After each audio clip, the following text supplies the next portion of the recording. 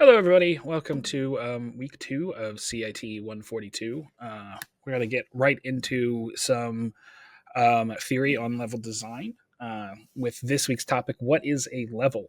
We're going to go over some of the basic concepts of the construction of a level, and then afterwards, I'm going to kind of show you a little bit of my documentation process when doing level design, so that you can see kind of where we start with levels and um, the end result.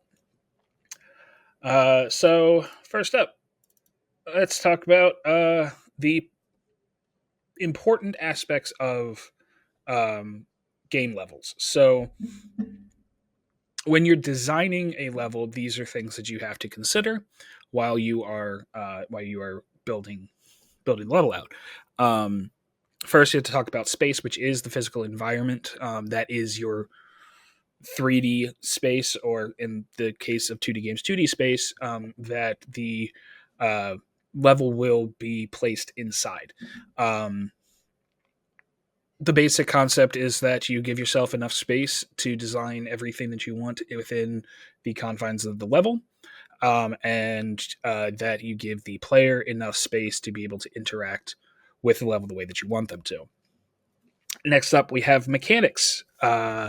These are things that, on a higher level of game design, are the rules and systems that run the game. So your um, your combat mechanics, or the movement, whether jumping and running and different movement abilities, things like that. And it's important to keep those in mind when designing levels, especially when you're designing puzzles or challenges, to make sure that they are things that are possible for the player to accomplish.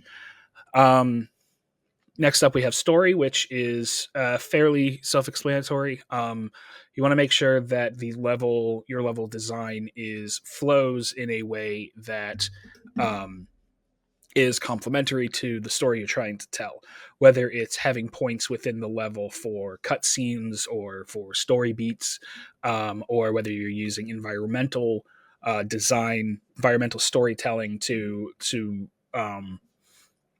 create a bit of world building, the style of the objects in your world, the NPCs that inhabit the level, and the enemies that you face, all of which just you need to be cognizant of the overarching story that you're trying to tell within that level.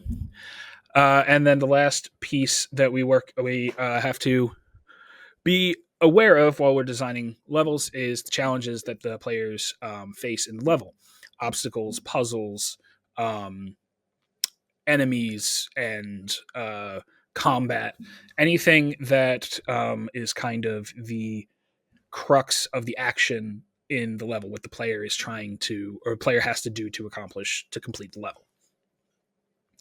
So let's talk about physically within the space what things um, are important in level design. What are the different parts of of an actual level design?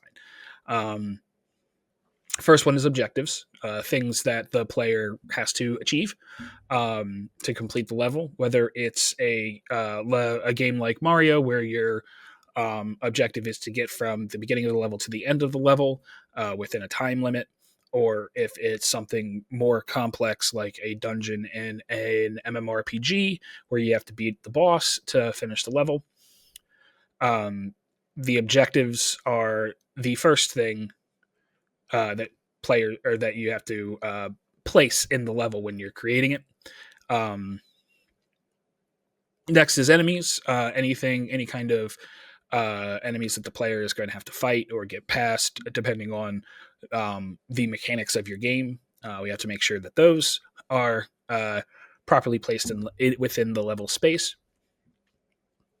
Next up is obstacles. Your puzzles and obstacles and things like that players have to overcome. This can also be the physical objects that fill the space, your buildings, or scenery and landscaping, things that the player is can interact with physically, but also things that may attempt to block the player from completing the level or getting through from start to finish. And then collectibles. So if the collectibles are kind of the last thing that we think about when we're designing levels, a lot of times we as game developers have kind of an idea of what collectibles and things we want to have the player search for if it's a open world game, similar to your like Assassin's Creeds and Horizon and Far Cry and stuff like that, like all of the different points of interest and little collectibles that you find along all over the map and stuff. Those are the things that we don't build the entire level around, but we keep in mind that we want to include these things. And a lot of times, especially in larger like open world adventure type games, Indiana Jones does this very well. The new Indiana Jones game, where the collectibles are hidden behind a challenge, or you have to complete a puzzle or beat a bad guy in order to get whatever that collectible is. These are things that was something that we want to keep ourselves aware of, that we need to include in our level, and make sure that we save room for those within our level. So physically, when we are looking at the spatial design of our level, we want to look at the way that we are laying out our objects, way that the paths and obstacles are laid out so that they make sense. We want to next is pathfinding. We want to make sure that there is a through line from beginning to end of a level, or from beginning to end of a zone, and to all of the points of interest throughout the level. Some of this comes through in QA, where you'll have testers making sure that every part of a level is accessible and interactable, and nothing is blocked off when it shouldn't be, or not blocked off when it should be, things like that. Pathfinding can also include guidance through a level. A big factor in level design, especially, it's probably the last 10 years or so, it's really gotten kind of in the forefront, is the yellow paint that you see. The yellow paint is actually a very, while some people don't like it because it may be immersion breaking, it's something that is very important to level design, because showing a player that they are able to interact with a ladder, climb up a wall, bust through a door, whatever the yellow paint or similar design features are showing the player, it's important that is communicated in a way that is visible and easily recognizable. In addition, it's also important for accessibility for players who may have hard time discerning colors or discerning having vision impairments. It's important to have something that is visible and clear for those players as well, to be able to not get completely lost and get frustrated. And that leads into visibility, which is making sure that the things that the player sees in front of them make sense, whether it's draw distance, to make sure that the player isn't looking off into nothing and thinking that they're about to run up on a ledge, or if it's fog of war, making sure that parts of the map that the player should have access to are visible, and ones that they shouldn't aren't visible yet. Want to make sure that when a player, it doesn't need to be obvious that a player is where a player is supposed to go in a level. That can be the challenge, is figuring out where you're supposed to go, but it needs to be discoverable. You need to be able to have some kind of clue that that's where the player is supposed to go, or that's the thing that the player is supposed to interact with. If we go back to, I'm going to show it real fast. I just realized I wasn't actually in slideshow mode. Oh well. We're just going to go with it. If you go back to a game like Mario, like the original Mario, there are a lot of secrets and things where you can boundary break and get under the floor or over the skyline in the game and go out of bounds. Those aren't core parts of the level design, but ways that secrets that can be found. It's okay if those aren't visible, but if something is necessary for a player to continue, they need to be able to tell that in some way that that's what they're supposed to do, whether it takes them a little while to find it versus it being plainly obvious. You can't just assume that a player is going to jump out into the darkness and expect to succeed in whatever they're doing. Not having those or having those invisible gotchas in level design can create frustration, especially if it's paired with certain camera angles and things that make it increasingly hard to, even if you were to figure out what the challenge was, to complete the challenge. So I want to make sure that you minimize those things and at least have some kind of visible marker for things, for progression points in a level. And finally, we want to talk balance, making sure that everything is balanced. Goes back to that as well, but also combat being in an appropriate difficulty, puzzles being appropriately appropriately positioned so that if it's a game like a Legend of Zelda, where you need certain tools or items to be able to complete certain parts of a puzzle, that you don't put that puzzle in places that impede player progression when it's impossible for them to continue. You just want to make sure that you're creating a fair and engaging experience with your level design. Okay. Had to restart the recording because there's a time limit for it. And I fixed the PowerPoint, so now we're actually in presentation mode. So next up, we want to talk about narrative and level design. So how our story is portrayed throughout the level. What themes, dialogue, and environment are the three major points. So the themes are your general design, the way that the objects in the level look, the lighting and the atmosphere, creating the correct theme for your level. So if you're going for a darker, grungier level design, whether it's you're in a game like a Bloodborne or whatever similar kind of dark experience, you want to make sure that your levels fit that theme without pulling the player out of the world that they're playing in. And then we talk about dialogue. So when you have characters in your level, whether it's enemies, NPCs, or your own player, having that dialogue,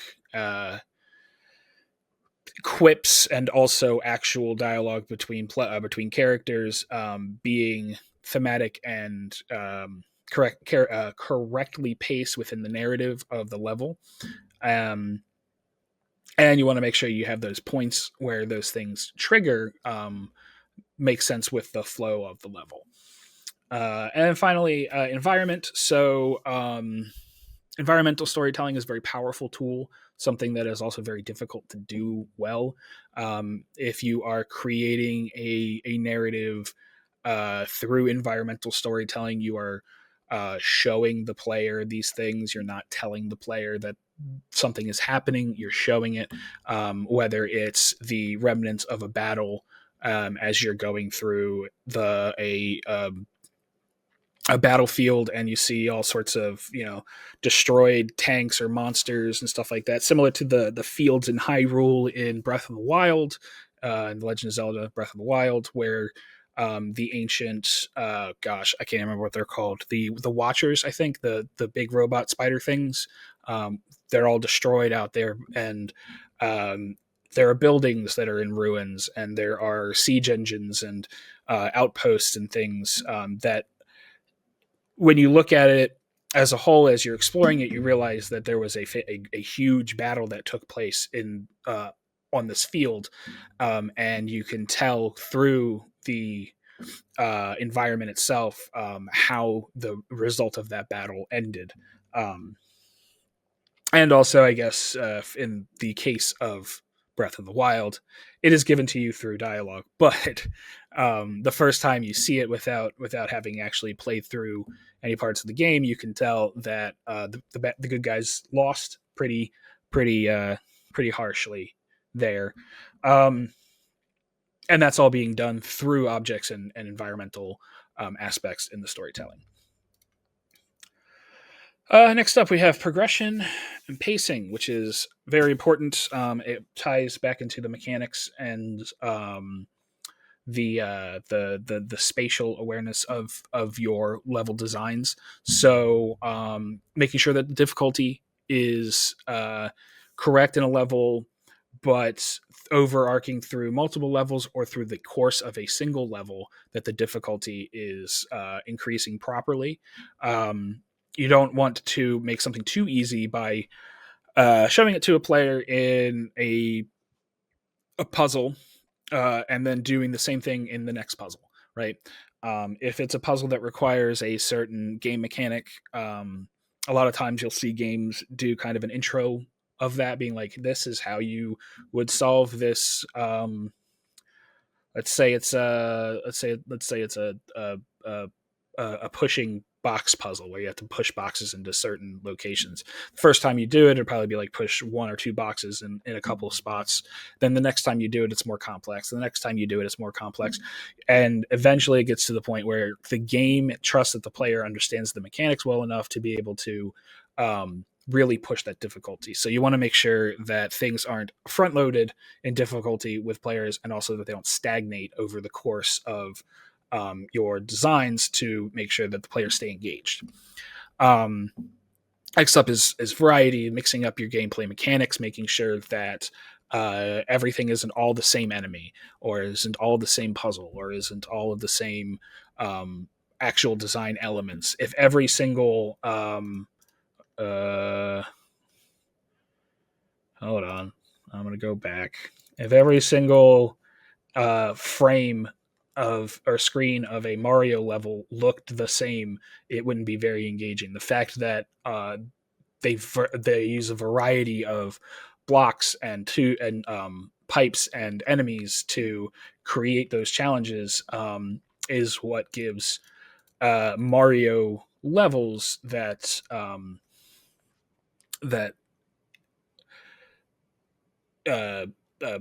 engagement within the level. You also want to include rewards for completing levels, for completing challenges, providing reasons for players to want to finish your challenges that you've created, whether it's beating a boss and getting the loot from the boss, or finding a chest at the end of a puzzle, or finding a collectible. You want to make sure that these rewards are, one, meaningful to the player, and two, that they are progressively at the correct scale with the point in the game that you're at. So if you're playing a an RPG type game that uses potions to heal, and you're getting regular potions at the beginning of the game for beating enemies, and then at the last dungeon of the game you get, like, you, instead of getting stronger potions, instead of getting that max potion or that Phoenix down, or you know um whatever fully heals the player, you're getting potions that give you minimal numbers of healing. That's going to feel really bad, because it's like, oh well, why did I care about doing this if my reward was going to be something that's completely useless to me? And then finally, we talk about pacing. Pacing is very important. Depending on the type of game that you're making, pacing can be the most important thing. You want to make sure that players are interacting with things at a clip that you want to see, but also you don't want players to either blow through things too quickly or um, stagnate and get stuck in places where when they shouldn't. Pacing is done very well. Mario is kind of the hallmark for video games when it comes to um, these basics in level design, but also Mario pacing is very very good, especially when it changes the variety of the challenges and things in ways that force the player to move faster. If you're underwater, or if you're in Mario Super Mario 3 when you have the levels in the desert where the sun is chasing you, like those things kind of force the player to keep at a certain pace. Um, at the same time, games like Sonic games, which are all about the pace and all about the speed of trying to complete levels in certain times and getting rewarded for increasing your speed.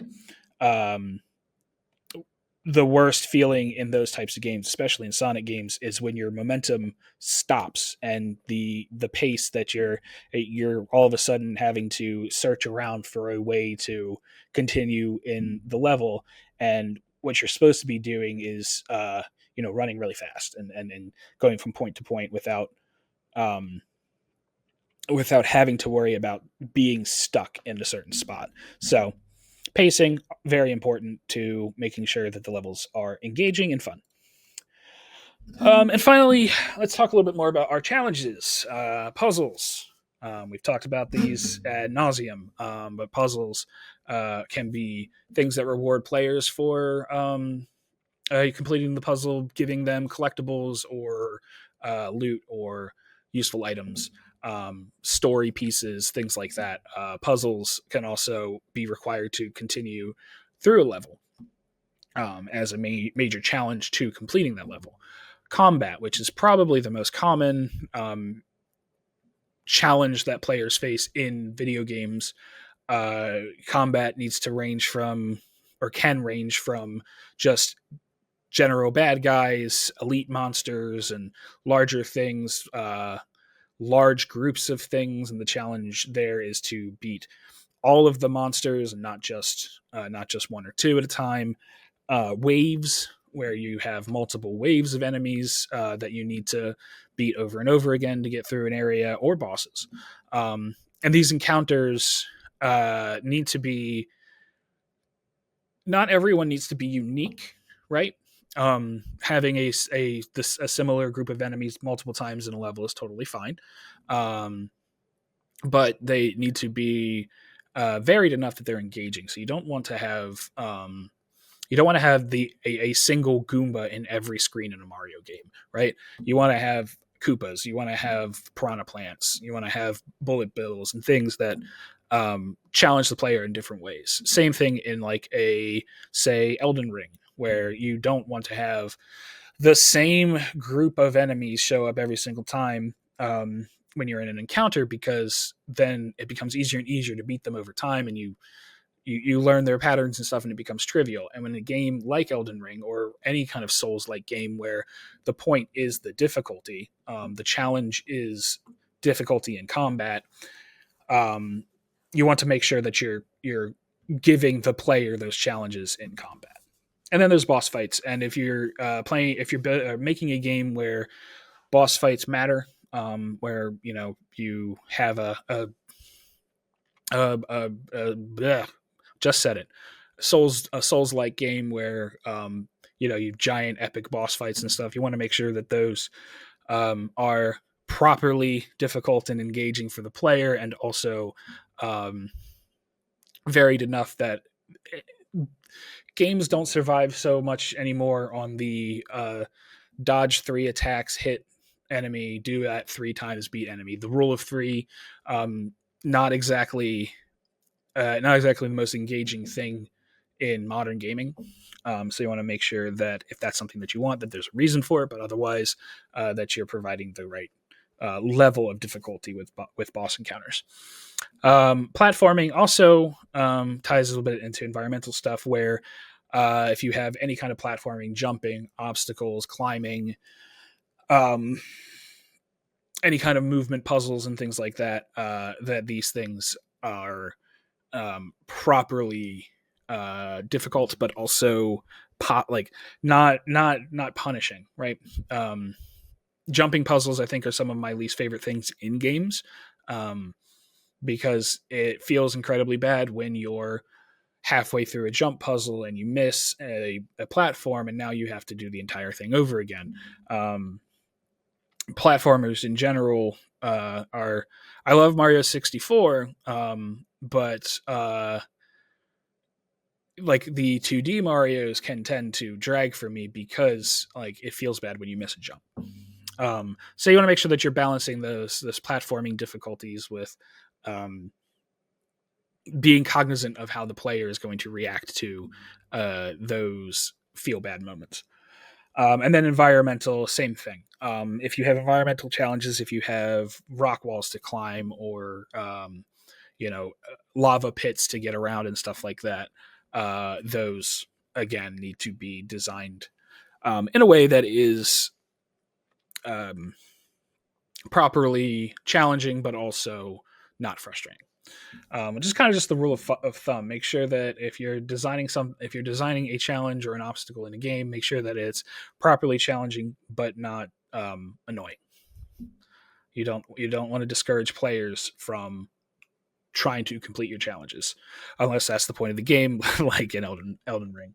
I think that's everything. Yeah, that's everything for that. I'm gonna restart the recording, and I'm going to pull up some stuff, show you some of our game design documents and level design stuff to give you an idea of how to create levels on paper, and translate them into a level editor. So be right back. Okay, hi. We're back, and I'm going to show you a couple of Dogwood's game design documents and things that we have used to start our level designs. The first one I'm going to show you is for a game that we are currently working on with, or I guess Sam, Professor Martino, is currently working on in one of his courses with his class. I believe it's the game production course. And I don't know if anybody here took his class last semester, his game pre-production course, but he also started the game design work in that course. This is called Always Bet on Quack, which is a casino game featuring a bunch of cute ducks. And the level design in this game, there is a single open level. There are some instance things that we're working on as well, but there is a single open level, and it is the casino itself. So what we started with this design was kind of this block out, super simple floor map of like where we were going to put the different parts of the casino. So here we have the opening, the drive up to the entrance of the casino. There is going to be a parking lot here and a theater space here with some event stuff happening here. And then as you move into the casino itself through the lobby, you get into the actual casino floor. Our original design for this was this way to be more modular. So the idea was that from here we can add on additional rooms and additional games and things as we wanted to design them. And the important points of this is the way that the floor is laid out. This became kind of this is incredibly rudimentary line drawing here that was kind of to show a bit of the flow of the way that players were to go from one point to the other in the actual casino floor. So a lot of times you'll see in real casinos, you'll see this kind of circular idea of there being, I guess I don't know the official term for it, but it's like a pod where you have kind of different tables and things kind of in a circular section with admin type stuff in the center. So the idea was that you would go from the entrance into over here, from the entrance into the casino floor, and you would go around and run into some roulette tables and then some slots and then some blackjack and then back around into some more roulette, and then you'd leave. And the idea for players, for people inside of the casino, is for them to travel from, station to station and do the games that they want to do and see more of the games before they leave, to try to get people to play more as they go through. That's the idea of how it works in a casino. So what we did is we took this, and we this is still in development and still very early on, but we took this and put it in to practice in this level. So let me go full screen here.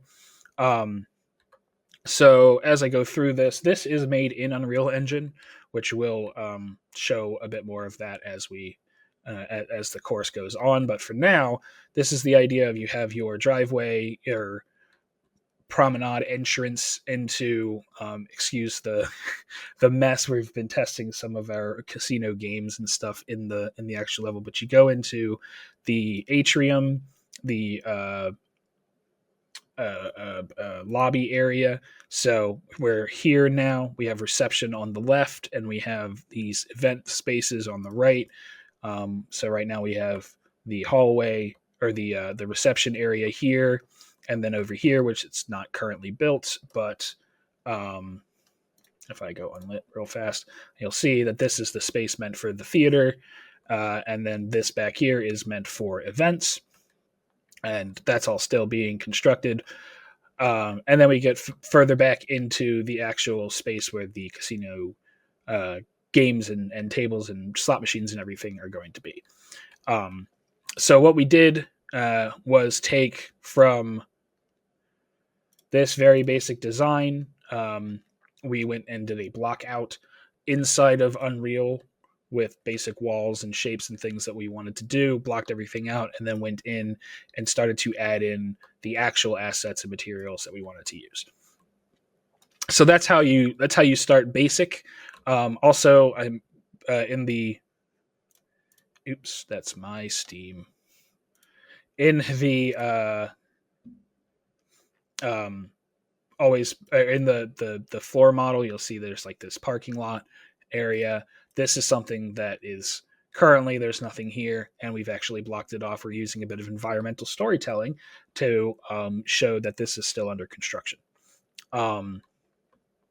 There is also a lot more here. Most of this is all background. It was just us filling out the space, and a lot of time you'll do that. This is, I guess you consider it a bit more environmental storytelling when you're trying to show what the environment around the map, around the level itself is. And for us, it's a casino town. It's a Las Vegas type clone, but with ducks. So next up, we have here's a fun one. Okay, so several years ago, we were working on a game. It is a remake of our first game that we released, was called Ashes of Kanaka, and we were working on a 3D remake of it using Unreal Engine. So one of the things that we had to do was redesign the first area of the game. Everything in it. Ashes of Kanaka was a JRPG originally created in RPG Maker. So we have to translate kind of everything that was in 2D into 3D and make it in a way that flows well for the player. So in this map, you'll see it's a similar kind of idea to the Always Bet on Quack one, where we have this block out. But one of the other things that we've done here is we blocked out where all the important buildings are in the map, and also pathways to and from those buildings. So this map we have our legend down here. We have our buildings players can enter, which are all the green buildings. These have to have interiors, which we will develop or would develop as we went through after the exterior of everything was designed. We have hidden items, so we've placed where our hidden items, our collectibles and things are um, on the map, so we know kind of that we have to have the right amount of space and whatever the interactable is to get those things in those locations. We have shops, which are the locations where the players will be able to buy things. Some of these shops, like the night market, for instance, is a much larger open air kind of market. So you'll have interiors in there where the player will be able to interact. The arrows will show the player's progression path throughout the level. So the idea was you were to start here in the Los Postres HQ and or the OAS Los Postres HQ, and from there your progression was going from there to the Silver Tower, and then from the Silver Tower to multiple locations, from the sewer entrance, which was the first dungeon, to the Wedding Chapel and the Demon Heads and Maiden Bed Strip Club, which were both locations that were story points happened, and then from there back to the Silver Tower for the last part of the level. But this is also an open world map, so you were able to explore every part of it as much as you wanted, and that meant that we were going to have these paths to allow the player to navigate through the map, and that's what the purple is, the footpaths. So this all kind of developed, and I don't have the game files available on this computer right now. Otherwise, I'd show you how the map final came out, and I will, if you're interested, I will find that and pull that up for you guys. But this all kind of resulted in this rough cut trailer, which might actually be frozen now, thanks Windows Media Player. Give me one sec. Okay, we're back. There we go. So these areas and things were built out from this 2D drawing into what this is a market square. This is, I believe, let me go back. This is, I believe, right around here. This is the sewer area. It's a different part of the map. And then different parts, different maps, things like that. Let's go back to the tower. There's your Silver Tower, which is kind of the focal point of the entire map.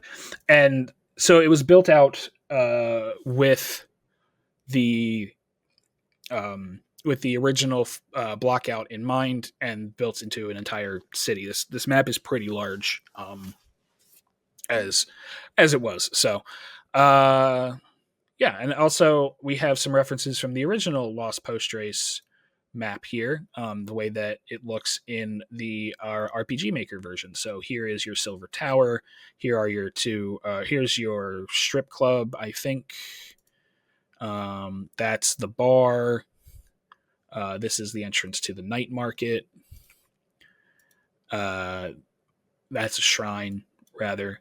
Yeah. So this is kind of the. Actually, I think. Oops.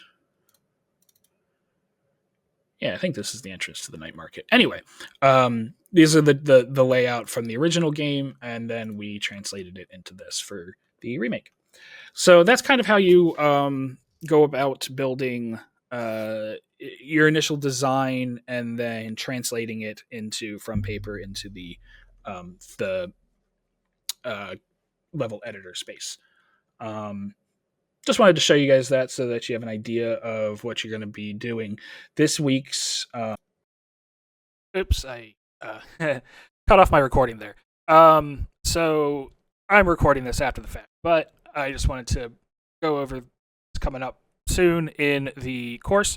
Please make sure that you are checking the modules, assignments that are due. So this week we discussion, breaking down a level, and a 2 to 3 page written assessment about breaking down a level. So make sure that you are doing those. And also, please make sure that you responding to our to one of the things that at least one of the things that is due this week or has already been due, because I have to do enrollment verification. So I want to make sure that everybody who is in the class is meant to be in the class and wants to be here. Um, Otherwise, you will be dropped from the course, and I don't want to accidentally drop anybody because that will. It would be very hard for you to be re-enrolled if you are. So I think I have. I think I will be. I'll be checking over the week, but I think I have until Monday to get that done. So if I don't hear from anybody in the course, I will reach out to you by the end of the week to make sure that you're actually where you're supposed to be. Also, all of our this is an ongoing thing. All of our PD or PowerPoints and everything will be available in the actual modules as well. If you need access to the PowerPoints for lectures, take a look there. Also, last thing, I use YouTube to upload my lecture videos so that the auto captioning will be able to take care of captioning. If you find that the captions of my YouTube are not working for you, please let me know. So I'll try to amend that situation. I found that the auto captioning is pretty clear, but if it is an issue, please just let me know. Okay. Thanks. See you guys next week. Bye.